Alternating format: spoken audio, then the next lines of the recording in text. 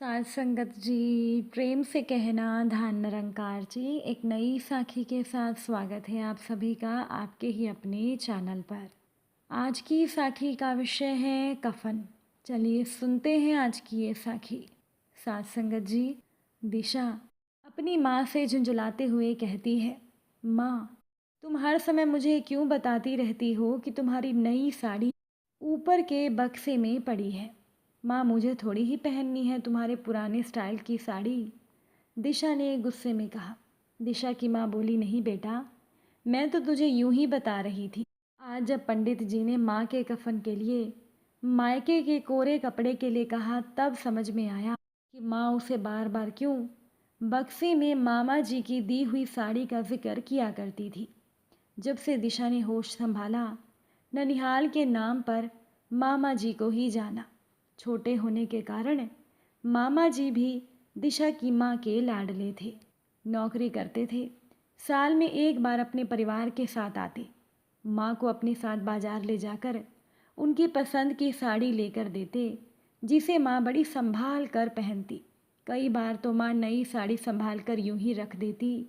हर साल राखी पर कुमकुम का टीका लगाकर राखी मामा जी को भेजती। उन दिनों बैंक के खाते में पैसे नहीं आते थे। कुछ दिनों के बाद मामा जी का मनी ऑर्डर आता तो माँ के पैर ज़मीन पर ना पड़ते। ऐसा लगता उन्हें देखकर कि जैसे उनके हाथ में कुबेर का खजाना लग गया हो। जब हर साल आने वाले मामा जी दिशा की शादी पर नहीं आए तो दिशा के पिताजी बहुत ही नाराज़ हो गए मामा जी से, यानी कि अपने साले से। और उन्होंने तो अपने साले को बुरा भला भी कहा। अब दिशा की माँ तो पत्थर की शीला सी हो गई थी और मामा जी भी नाराज़ हो गए। मामा जी तो शायद गुस्सा भूल भी जाते अगर मामी उन्हें भूलने देती। शायद उनके भी दिल के कोने में भाई बहन का प्यार खटकता था। मामा जी के खत आने बंद हो गए, लेकिन माँ कुमकुम लगे लिफाफे में राखी भेजना कभी नहीं भूली। पर मामा जी ने मनी ऑर्डर भेजना बंद कर दिया था। माँ की आंखें अक्सर लाल रहने लगी थी। माँ से पूछे बिना एक बार दिशा ने मामा जी का नंबर भी मिलाया। बार बार मिलाने पर एक ही आवाज़ आती कि ये नंबर मौजूद नहीं है। मामा जी ने पुरानी यादों की तरह अपना फ़ोन भी बंद कर दिया था। माँ अक्सर दिशा से कहती कि भाई नाराज़ हो तो मना लिया कर। दिशा तुनक कर कहती, वो लाड साहब है ना, वो ना मनाए।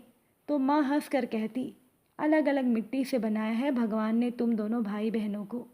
बहनें नरम मुलायम मिट्टी की बनी होती हैं और भाई होते हैं खुरदरी पथरीली मिट्टी के बने।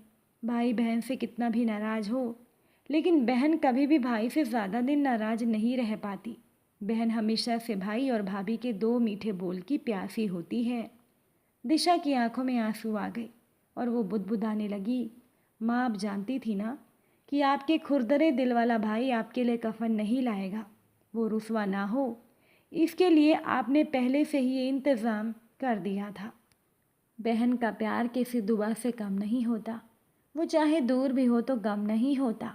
माना कि रिश्ते दूरियों से फीके पड़ जाते हैं, लेकिन भाई बहन का प्यार कभी कम नहीं होता।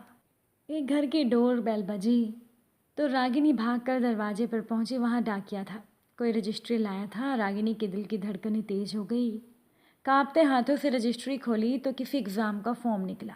आज भी रागिनी को मायूसी मिली। दिल के किसी कोने में उसे एक उम्मीद थी कि शायद इस बार उसके लिखे हुए खत का जवाब आ जाएगा। रक्षाबंधन का त्यौहार आने वाला था और रागिनी ने हमेशा की तरह एक रोली अपने भाई को एक प्यार भरे खत के साथ भेज दी। उसे इंतज़ार था किसी जवाबी खत या मनी ऑर्डर का, लेकिन पिछले 10 सालों से ना तो उसके भाई का कोई मनी ऑर्डर आया, ना ही कोई खत। फ़ोन पर जब भी वो बात करना चाहती तो कोई उसकी आवाज़ सुनकर फ़ोन काट देता था। ना जाने डाकिया के आने से बंधी उम्मीद क्यों असफलता थी। यह सालों की इकट्ठी हुई भावनाएं, रागिनी की आंखों में आंसू आ गए। पति की आवाज़ ने रागिनी को चौंकाया तो रागिनी आंसू पोंछ कर अपने पति के ऑफिस जाने की तैयारी करने लगी।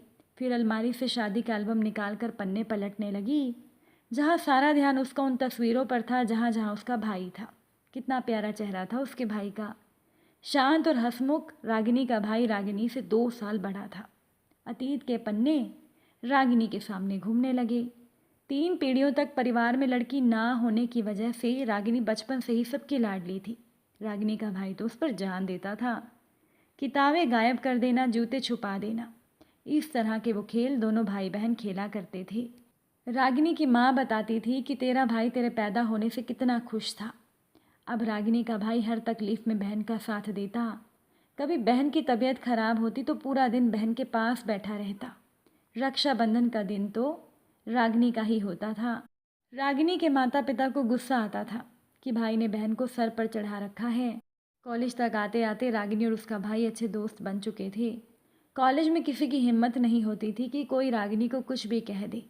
अब अपने ही कॉलेज में रागिनी को अपने लिए एक लड़का पसंद आ गया। रागिनी उससे शादी करना चाहती थी। रागिनी के भाई को भी वो लड़का पसंद था, तो पर रागिनी का भाई चाहता था कि पहले रागिनी पढ़ाई पूरी करके अपने पैरों पर खड़ी हो जाए। लेकिन बहन के जिद के चलते घर में रागिनी के भाई ने अपने माँ और पिता को शादी के लिए मना लिया। उसके बाद जैसे ही रागिनी के पति की नौकरी लगी, दोनों की शादी हो गई। रागिनी अपनी ज़िंदगी में व्यस्त हो गई और रागिनी के भाई ने पिता का व्यापार संभाल लिया। अब तो रागिनी का भाई ही सारा व्यापार संभाल रहा था कि अचानक से एक हादसा हो गया। रागिनी के पिता की मृत्यु हो गई। पिता की मृत्यु पर वकील ने वसीयत पढ़कर सुनाई।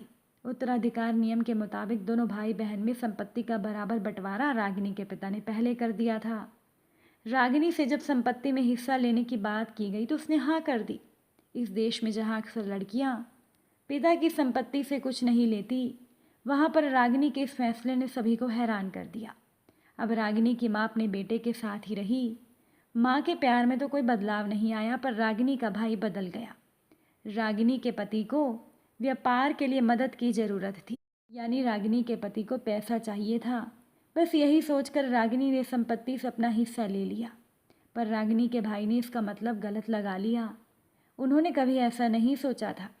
धीरे धीरे रागिनी का प्यार भाई के साथ कम होने लगा। फिर एक दिन रागिनी की माँ ने रागिनी को बताया कि तुम्हारे भाई ने अपनी पसंद से शादी कर ली है। रागिनी तो हैरान हो गई कि ऐसी भी क्या जल्दी थी, शादी धूमधाम से करते। लेकिन रागिनी ने कुछ भी नहीं कहा। रागिनी कई बार भाई से कहती थी कि तुम बदल गए हो, पर भाई का जवाब नहीं आता था। रागिनी भी अब भाई से दूर रहने लगी। पहले रक्षाबंधन पर रागिनी का भाई ज़रूर आता था, धीरे धीरे उसने आना बंद कर दिया। रागिनी अक्सर अकेले में रोती। वो दिल के ज़ख्म दिखाती भी तो किसे, कैसे बताती कि उसका पैसा लेना उसे उसके भाई से दूर कर गया। पर उसकी मजबूरी थी, वो बेचारी क्या करती। न रागिनी की माँ कुछ कहती, ना भाई कुछ बोलता था। रागिनी की भाभी अच्छी थी, पर ज़्यादा बात वो भी नहीं करती थी। धीरे धीरे भाई बहन में इतनी दूरी हो गई कि मिलना जुलना तो दूर, खत का जवाब देना भी बंद हो गया। वो भाई जो रागिनी के आगे पीछे राखी के लिए घूमा करता था, बहन की हर इच्छा पूरी करता था, वो रागिनी से बात भी नहीं करता था। एल्बम देखते देखते रागिनी की आंखों से आंसू बहने लगे। अब रागिनी के बच्चों के स्कूल से आने का समय हो गया था। 2 दिन के बाद रक्षाबंधन था, पर अभी से ही रागिनी को राखियाँ खरीदने की पड़ी थी। शाम को रागिनी अपने बच्चों को बाजार लेकर जब वो जा रही थी तो वो बहुत उदास थी, क्योंकि बाजार में तरह तरह की राखियाँ थी। रागिनी के बच्चों ने भी अपनी मनपसंद राखियाँ खरीदी। रागिनी की बेटी ने कहा, आप भी राखी खरीद लो। रागिनी ने कहा, बेटा तुम्हारे मामा दूर रहते हैं और मैं उन्हें राखी भेज चुकी हूँ। पर बच्चे नहीं माने और बेमन से रागिनी ने एक राखी खरीद ली। रक्षाबंधन के दिन सभी ने नहा धोकर पूजा की, फिर थाली सजाकर रागिनी की बेटी ने अपने भाई को राखी बांधी। अब ये देखकर रागिनी का मन भर आया कि तभी उस समय डोरबेल बजी। बाहर होता हंगामा सुन रागिनी रसोई से बाहर आई। दरवाजे पर रागिनी की माँ, भाई और भाभी थे। एक पल के लिए तो रागिनी को यकीन नहीं हुआ, इतने सालों के बाद अपने भाई को जो देख रही थी। भाई ने बहन को गले लगाने के लिए दूर से ही नम आंखों के साथ बाहें फैलाई तो रागिनी की आंखों से आंसू बहने लगे। वो भागकर भाई के गले लग गई। दोनों रो रहे थे। भाई ने कलाई आगे की, रागिनी भागकर थाली उठा लाई और रागिनी ने भाई को राखी बांधी। हमेशा की तरह रागिनी ने जब तिलक लगाया तो भाई ने रोते हुए कहा, मैं मुझे माफ़ कर देना बहन, मैं बहुत मतलबी हो गया था। असल में जब बाबूजी की मृत्यु हुई तब हम पर बहुत कर्जा हो गया था। हमारे घर में आर्थिक परेशानियां थी। जब तूने अपना हिस्सा मांगा तो मुझे लगा कि कलयुग में पैसा ही सब कुछ हो गया है, स्वार्थ के अलावा इस दुनिया में और कोई रिश्ता नहीं बचा।